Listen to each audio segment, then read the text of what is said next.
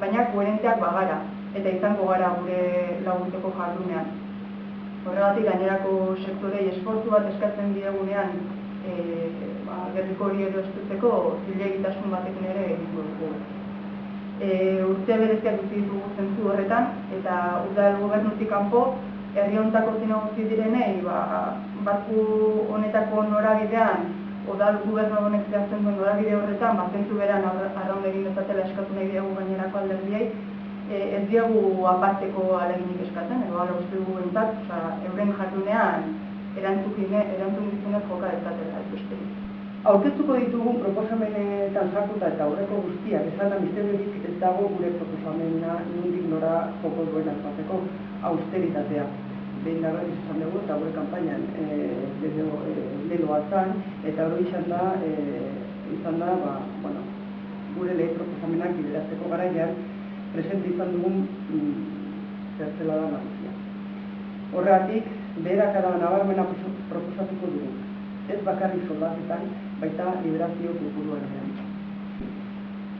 Gestio lanari erreparatuta gobernu beharrak dedikazio arduratsu eskatzen duela uste dugu, baino ez azken 8 urteetan inbertu bezala.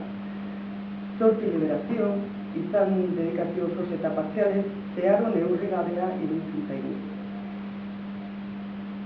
Horregatik, alkateaz gain, gure proposamena, liberazio osora zinegotzi bat, egun erdiz beste bat, eta herenera beste bat egotea proposatzen dugu. Hau da, alkateak, beste zinegotzi bat lanaldi osorako, beste bat zinegotzi bat egon ditzake jardunaldi erdira, eta beste bat eren batez. Hori da gure proposamena. Ildo horretan ulertzen dugu soilik udal gobernuan dauden ordezkariak dutela eskumen hori. Herriak aukeratutakoak horixe izan dutela.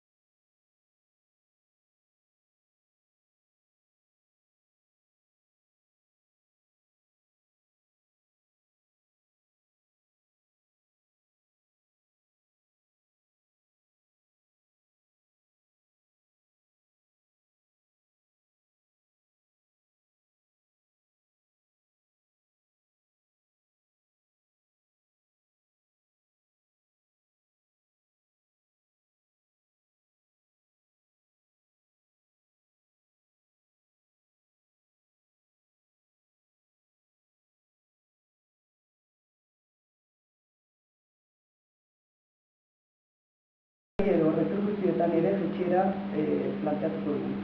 Ulertzen dugu, erabakiak aurrera eraman ahal izateko burutzen diren bileretako asistentziak esfortzu bat ere badakartela.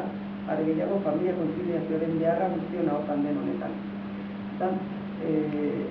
Ez du inor dirurik galtzea nahi, eta hala den kasuetan eta beharrezkoa dokumentazioa aurkeztuta horiek konpentsatzeko prest gaude.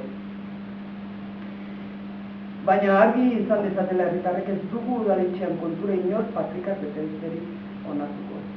Ulertzen dugu oposizioaren lana, aintzat hartzen dugu haien eginkizuna, horregatik haien jarduna aurrera eraman izateko eskaintza zabala egiten diegulakoan gaude ordutegiak moldatuko ditugu, denen egokitasunareko bileretan parte hartzeagatik asignazioak eskainiko zaizkien lanerako bitartekoak eskura izango dituzte, hau da lokala dira, ordenagailuak, telefonoak, lanerako behar diren tresna guztiak eta bitarteko guztiak. Neurri hauek proposatuta herri honen garapenerako behar beste baliabide ipini ditugulakoan gaude, izan udal gobernuarentzat edo eta oposizioarentzat bizi ditugun garaie egokitutakoak eta eskatzen duten erantzukizunaren mesedetan ipini. Udal gobernu honetatik aparte gainerako udal talde eta zinegotziek ikusi eta baloratu beharko dute ia filosofia honen alde edo eta kontra egiten dute. Aipatu ditugun austeritate eta soldata murrizketatik haratago bizi eta politika filosofia bat baita ostiraleko plenora eramango duguna. Hau da, murrizketak liberazio kopuruetan, soldatetan eta ordainsarietan batzordetara joateagatik, plenora joateagatik eta hori guztietan murrizketak ere aurkituko ditugu.